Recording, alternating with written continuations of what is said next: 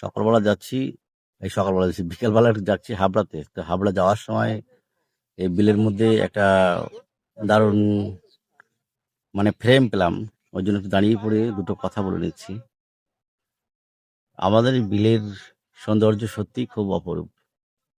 এখানে ওই জন্য বিভিন্ন জায়গা থেকে ছেলেমেয়েরা ছুটে আসে এখানে কিছু সময় কাটানোর জন্য।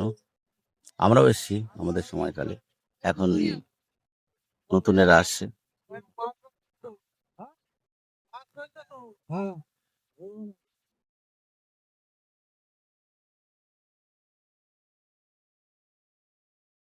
সোনালী কিরণ বেশ সুন্দর।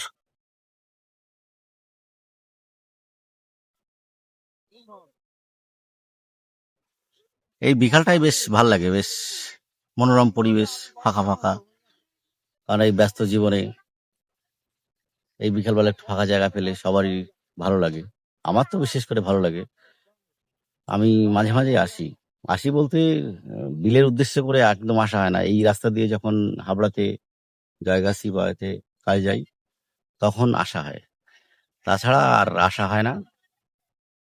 উম, ওই ফুলতলা দিয়ে